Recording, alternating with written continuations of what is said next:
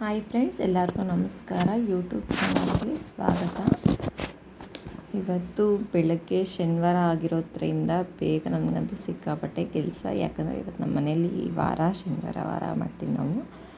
ಅದಕ್ಕೆ ಬೆಳಗ್ಗೆ ನಾನು ಎದ್ದೋಳಷ್ಟರಲ್ಲಿ 7 ಗಂಟೆ ಆಗೇ ಬಿಟ್ಟಿತ್ತು. ಬೇಗ ಎದ್ದೋಣ ಅಂದ್ಕೊಂಡೆ. ಟೈಮ್ ನೋಡ್ತೀನಿ 7 ಗಂಟೆ ಆಗಿಬಿಟ್ಟಿತ್ತು. ಸರಿ ಆಯಿತು, ಇನ್ನೇನು ಮಾಡೋಕ್ಕಾಗುತ್ತೆ ಅಂತ ಹೇಳ್ಬಿಟ್ಟು ರೊಗ್ಗೆಲ್ಲ ಮಡಚಿಡೋಣ ಬೇಗ ಅಂತ ಹೇಳ್ಬಿಟ್ಟು ರೊಗ್ಗೆಲ್ಲ ಮಡಚಿಡ್ತಾಯಿದ್ದೀನಿ. ಪಾಪುನು ಎದ್ಬಿಟ್ಟಿದ್ದ, ಸೈಡಲ್ಲಿ ನಿಂತ್ಕೊಂಡಿದ್ದ. ನಾನು ರೊಗ್ಗೆಲ್ಲ ಕ್ಲೀನ್ ಮಾಡ್ಕೊಳ್ಳೋಣ, ಬೆಡ್ ಫಸ್ಟ್ ಕ್ಲೀನ್ ಮಾಡಿಬಿಟ್ರೆ ಅದೊಂಥರ ಸಮಾಧಾನ. ಇಲ್ಲಾಂದರೆ ಬೆಡ್ ನೋಡಿದ ತಕ್ಷಣ ಒಂಥರ ಅನಿಸ್ತಾ ಇರುತ್ತೆ. ಸರಿ ಆಯಿತು. ಪಾಪು ನೋಡಿ ಅಲ್ಲಿ ನಿಂತ್ಕೊಂಡು ಸುಮ್ಮನೆ ನೋಡ್ತಾ ಇದ್ದಾನೆ, ಏನೂ ಗೊತ್ತಿಲ್ಲದೆ ಇರೋ ಪಾಪು ಥರ. ಆಮೇಲೆ ಬಂದು ಮುಂಚೆನೇ ಎದ್ದು ರಂಗೋಲಿ ಎಲ್ಲ ಹಾಕಿದ್ದೆ. ನಿಮಗೂ ತೋರಿಸೋಣ ಹೇಗೆ ಹಾಕಿದ್ದೀನಿ ಅಂತ ಹೇಳ್ಬಿಟ್ಟು ನಿಮಗೂ ತೋರಿಸ್ತಾ ಇದ್ದೀನಿ. ಆಮೇಲೆ ಬಂದು ನೋಡಿದ್ರೆ ಅಡುಗೆ ಮನೆ ನೋಡಿ ಹೇಗಿದೆ. ಅಪ್ಪ, ಅಡುಗೆ ಮನೆ ಎಲ್ಲ ಕ್ಲೀನ್ ಮಾಡೋ ಅಷ್ಟರಲ್ಲಿ ಲೇಟ್ ಆಗುತ್ತೆ. ಫಸ್ಟ್ ಮಗುಗೆ ಸರಿ ಮಾಡ್ಕೊಬಿಡೋಣ, ರವೆ ಸರಿನಾ ಅಂತ ಮಾಡ್ತಾಯಿದ್ದೀನಿ. ಚಿಕ್ಕದೊಂದು ಬಾಣಲೆ ಇಟ್ಟಿದ್ದೀನಿ. ಬಾಣಲೆಗೆ ಒಂಚೂರು ಎಣ್ಣೆ ಕಾದ ನಂತರ ಸಾಸಿವೆ, ಒಣಮೆಣ್ಸಿನ್ಕಾಯಿ ಒಂದೇ ಒಂದು ಹಾಕಿ ನೀರು ಚೆನ್ನಾಗಿ ಕುದ್ಮೇಲೆ ರುಚಿಗೆ ತಕ್ಕಷ್ಟು ಉಪ್ಪು, ಆಮೇಲೆ ರವೆ ಬಿಟ್ಟು ರವೆ ಬಿಟ್ಟರೆ ರವೆ ಸರಿ ರೆಡಿ ಆಯಿತು.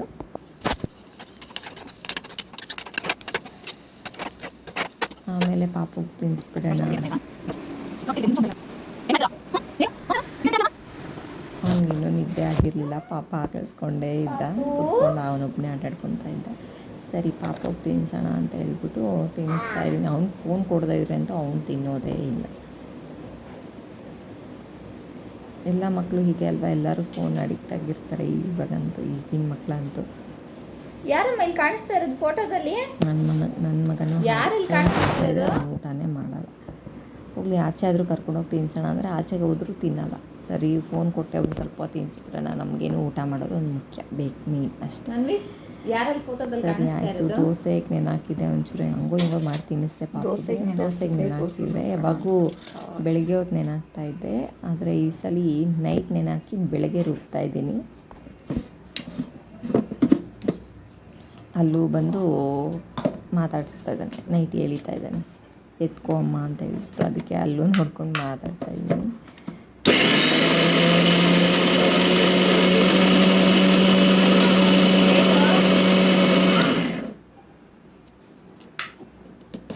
ಎದ್ಬಿಟ್ರೆ ಒಂದು ಕೆಲಸ ಮಾಡೋಕ್ಕಂತೂ ಬಿಡಲ್ಲ ಅವನು. ಹೆಂಗೋ ಓಡಾಡ್ಸ್ಕೊಂಡು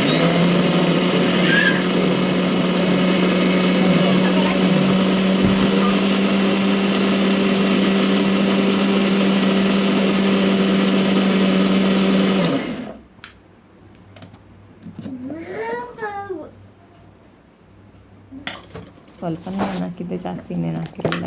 ಜಾಸ್ತಿ ನೆನಾಕಿದ್ರೆ ಇಲ್ಲ.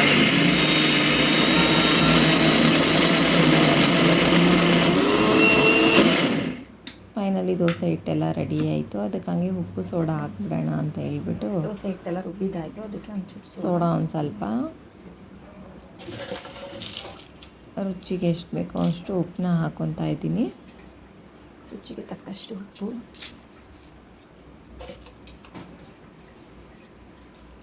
ಹಾಕಿ ಕಲಿಸಿಕೊಳ್ಳೋಣ. ಆಮೇಲೆ ಹುಳಿ ಬಂದಾಗ ಹೇಗಿರುತ್ತೆ ಅಂತ.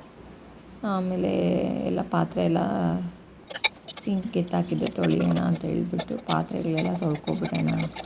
ಅವನಿಗೇನೋ ಕೊಟ್ಟಿದ್ದೆ ಆಟಾಡೋಕ್ಕೆ, ಈರುಳ್ಳಿ ಬುಟ್ಟಿ ಎತ್ಕೊಂಡು ಆಟಾಡ್ತಾಯಿದ್ದೆ. ಸರಿ ಆಟಾಡಿ ಒಂದು ಪಾತ್ರೆ ತೊಳ್ಕೊತೀನಿ ಅಂತ ಹೇಳ್ಬಿಟ್ಟು ಪಾತ್ರೆ ತೊಳಿತಾ ಇದ್ದೀನಿ ಬೇಕ.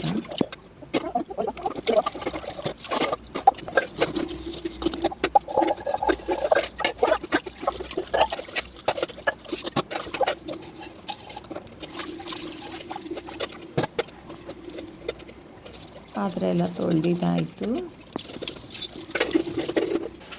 ಗ್ಯಾಸ್ ಸ್ಟವ್ವು ಅದೇನೋ ಒಂದ್ಸಲ ಮಾಡಿದ್ರೆ ಎಲ್ಲ ಗಲೀಜು ಮಾಡಿಬಿಟ್ಟಿರ್ತೀನಿ. ನೀವೆಲ್ಲರೂ ಹೀಗೇನೋ, ಆದರೆ ನಾನೊಬ್ಬಳು ಮಾತ್ರ ಇದೇನೋ ಗೊತ್ತಿಲ್ಲ. ಫುಲ್ಲು ಒಂದ್ಸಲ ಅಡುಗೆ ಮಾಡಿಬಿಟ್ಟು ಬಂದರೆ ಗ್ಯಾಸ್ ಸ್ಟವ್ ನೋಡೋಕ್ಕಾಗಲ್ಲ, ಅಷ್ಟು ಗಲೀಜು ಮಾಡಿರ್ತೀನಿ. ಅದಕ್ಕೆ ಗ್ಯಾಸ್ ಸ್ಟವ್ ಎಲ್ಲ ಒರೆಸ್ಕೊಬಿಡೋಣ. ಶನಿವಾರ ಅಂದರೆ ಫುಲ್ ಎಲ್ಲ ಮನೆ ಪೂರ್ತಿ ಕ್ಲೀನ್ ಮಾಡಿದ್ರೆ ಸಮಾಧಾನ. ಇಲ್ಲ ಅಂದರೆ ಏನೋ ಒಂಥರ ಬಿಸಿ ಮನಸ್ಸಲ್ಲಿ ಒಂಥರ ಅಯ್ಯೋ ಕ್ಲೀನ್ ಮಾಡಲಿಲ್ವಾ ಅಂತ ಅದನ್ನೇ ಯೋಚನೆ ಕಾಡ್ತಾ ಇರುತ್ತೆ ನನಗೆ. ಅದಕ್ಕೆ ಗ್ಯಾಸ್ ಸ್ಟವ್ ಎಲ್ಲ ಒರೆಸ್ಕೊತಾ ಇದ್ದೀನಿ. ಫಸ್ಟು ಗ್ಯಾಸ್ ಸ್ಟವ್ ಎಲ್ಲ ಕ್ಲೀನ್ ಮಾಡ್ಕೊಂಡ್ಮೇಲೆ ನೋಡಿ ಹೇಗಿದೆ ಅಂತ ಹೇಳ್ಬಿಟ್ಟು ಫೈನಲಿ ಹಂಗೂ ಹಿಂಗೂ ಎಲ್ಲ ಮನೆಯೆಲ್ಲ ಅಡುಗೆ ಮನೆ ಒಂದು ಸ್ವಲ್ಪ ಕ್ಲೀನ್ ಆಯಿತು. ಸರಿ ಅಂತ ಹಾಲಿಗೆ ಬರ್ತೀನಿ, ಎಲ್ಲ ನನ್ನ ಮಗ ಇಟ್ಟಾಡಿದ್ದಾನೆ. ಸರಿ ಆಯಿತು, ಅವ್ನು ಸ್ನಾನ ಮಾಡಿಸ್ಕೊಂಡು ಬಂದೆ. ಸ್ನಾನ ಮಾಡಿಸ್ಕೊಂಡು ಬಂದು ಟೈಮ್ ನೋಡ್ತಾ ಇರ್ಬೋದು 4 ಗಂಟೆ ಆಗಿಬಿಟ್ಟಿದೆ ಸಂಜೆ. ತಿರ್ಗಾ ಇನ್ನೊಂದು ಸಲ ಬೆಳಿಗ್ಗೆ ಎಲ್ಲ ಗುಡಿಸಿದ್ದೆ. ಇವಾಗ ತಿರ್ಗಾ ಸಂಜೆ ಎಲ್ಲ ಕಸ ಗುಡಿಸಿ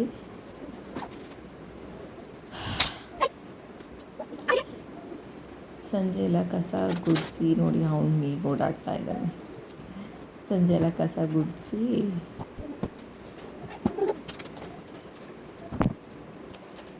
ನೆಲನೂ ಒರೆಸ್ಕೊಂಡೆ. ಅವನ್ನೆಲ್ಲ ಒರ್ಸೋಕ್ಕೂ ಬಿಡ್ತಾಯಿಲ್ಲ. ಅಲ್ಲಿ ಬಂದು ಕೊಡು ಕಡ್ಡಿ ಅಂತ ಹೇಳ್ಬಿಟ್ಟು ಒಂದೇ ಹಿಂಸೆ ಕೊಡ್ತಾಯಿದ್ದಾನೆ. ಹಿಂಗೋ ಮಾಡಿ ನೆಲನೂ ಒರೆಸ್ಕೊಂಡೆ. ನೀರಿಟ್ಟಿದ್ದೆ ಒಂದು ಕಡೆ ಸ್ನಾನಕ್ಕೆ. ಸರಿ ಆಯಿತು, ನೆಲ ಒರೆಸ್ಕೊಂಡ್ಬಿಟ್ಟು ನನಗೆ ಸ್ನಾನ ಮಾಡ್ಕೊಂಬರೋಣ ಅಂತ ನೋಡ್ತಾ ಇರ್ಬೋದು. ಗಾಡಿ ಓಡಿಸ್ತಾ ಇದ್ದಾನೆ, ನಾನು ನೆಲ ಒರೆಸ್ತಾ ಇದ್ದೀನಿ, ಅವನು ಗಾಡಿ ಎತ್ಕೊಂಡು ಓಡಿಸ್ತಾ ಇದ್ದಾನೆ. ಏನು ಮಾಡೋದು, ಮಕ್ಕಳೇ ಹಾಗೆ ಅಲ್ವಾ. ಸರಿ ಆಯಿತು ಅಂತ ಹೇಳ್ಬಿಟ್ಟು ಸ್ನಾನ ಎಲ್ಲ ಮುಗಿಸ್ಕೊಂಡು ಬಂದೆ. ಸ್ನಾನ ಮುಗಿಸ್ಕೊಂಡ್ಬಂದು ದೇವ್ರ ಫೋಟೋಗೆ ಆಗಲೇ ಎಷ್ಟೊಂದು ದಿನ ಆಗೋಗಿತ್ತು, ಒಂದು ವಾರದ ಮೇಲೆ ಆಗೋಗಿತ್ತು ನಾನು ಪೂಜೆ ಮಾಡಿ. ಸರಿ ದೇವ್ರ ಮೇಲಿರೋ ಹೂವು ಎಲ್ಲ ಎತ್ಕೊಳ್ಳೋಣ ಅಂತ ಹೇಳ್ಬಿಟ್ಟು ಎತ್ಕೊಂಡು ದೇವ್ರ ಸಾಮಾನೆಲ್ಲ ತೊಳೆದಿರಲಿಲ್ಲ, ಜಾಸ್ತಿ ದಿನ ಆಗಿತ್ತು ತೊಳೆದು ಅಂತ ಹೇಳಿ ದೇವ್ರ ಸಾಮಾನೆಲ್ಲ ತೊಳೆಯೋಣ ಅಂತ ತೊಳಿತಾ ಇದ್ದೀನಿ.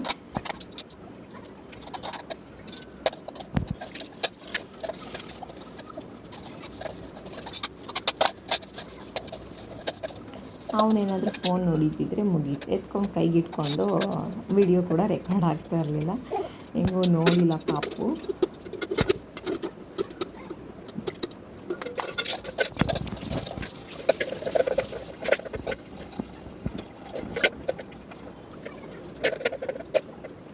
ಶನಿವಾರ ಬಂತು ಅಂದರೆ ಅದಕ್ಕೆ ಜಾಸ್ತಿ ಇರುತ್ತೆ, ಯಾಕಂದರೆ ವಾರ ಮಾಡ್ತೀವಲ್ವ.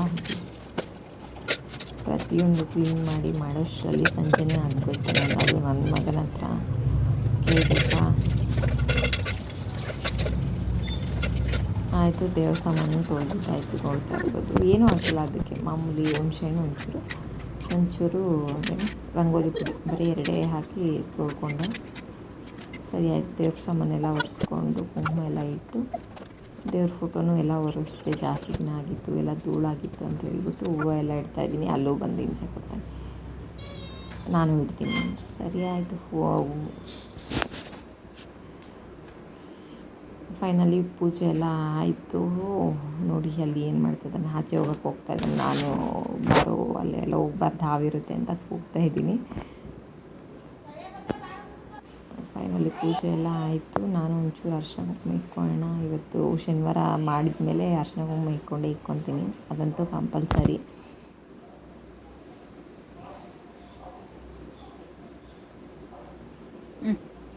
ನಿಂಗೂ ಇಡ್ತೀನಿ ಬಾ. ನಾನು ಇಟ್ಕೊಂಡೆ ಅಂತ ಹೇಳ್ಬಿಟ್ಟು ಅವನಿಗೂ ಇಕ್ಕು ನನಗೂ ಇಕ್ಕು ಅಂತ ಆಟ ಮಾಡ್ತಾಯಿದ್ದೆ. ಸರಿ ಅವನಿಗೂ ಇಟ್ಟೆ. ಆಮೇಲೆ ಪೂಜೆ ಎಲ್ಲ ಆದಮೇಲೆ ಯಾಕೋ ಟೀ ಕುಡಿಯೋಣ ಅಂದ್ಕೊಂಡೆ. ಯಾಕೋ ಟೀ ಬೇಡ, ಹಾರ್ಲಿಕ್ಸ್ ಹಾಲು ಒಂಚೂರು ಮಾಡ್ಕೊಳ್ಳೋಣ ಅಂತ ಹೇಳ್ಬಿಟ್ಟು ಹಾರ್ಲಿಕ್ಸ್ ಹಾಲು ಮಾಡಿಕೊಂಡೆ. ಪಾಪುಗೂ ರೂಢಿ ಮಾಡೋಣ ಅಂದರೆ ಅವ್ನು ಕುಡಿಯೋದೇ ಇಲ್ಲ. ಅದು ಈಗ ರೂಢಿ ಮಾಡೋದು ನನಗಂತೂ ತಲೆ ಕೆಟ್ಟೋಗ್ಬಿಟ್ಟಿದೆ. ಹೋಗಲಿ, ನಾನು ಕುಡಿತಾ ಇದ್ರೆ ಆದರೂ ಅವನು ನನಗೂ ಕೊಡು ಅಂತ ಕುಡಿತಾನೆ ಅಂತ ಹೇಳ್ಬಿಟ್ಟು ನಾನು ಹಾರ್ಲಿಕ್ಸ್ ಹಾಲು ಮಾಡಿಕೊಂಡೆ. ಇವತ್ತಿನ ವ್ಲಾಗ್ ಹೀಗಿತ್ತು.